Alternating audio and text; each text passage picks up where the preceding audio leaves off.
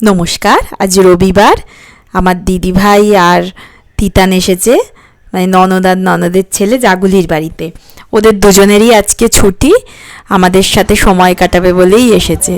আমরা একটু তরমুজ খেলাম, এখন তিনিশা ওর পিমার সাথে গল্প করছে।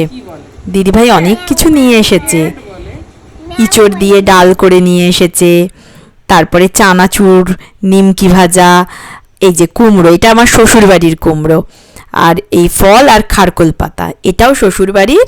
আমার শাশুড়ি মা কুমড়ো আর খারকোল পাতাটা পাঠিয়ে দিয়েছে। মার আজকে একটু কাজ আছে, তাই আসতে পারেনি। আমরা এখন একটু চা খাচ্ছি।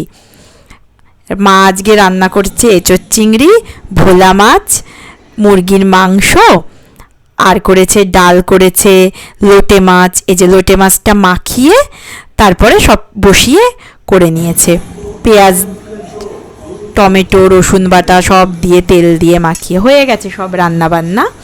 আমরা এখন খেতে বসবো। আর এই যে ডাল, পটল ভাজা, মাংস, এই যে এখন ওরা খেতে বসছে, তারপরে আমরা খেতে বসবো।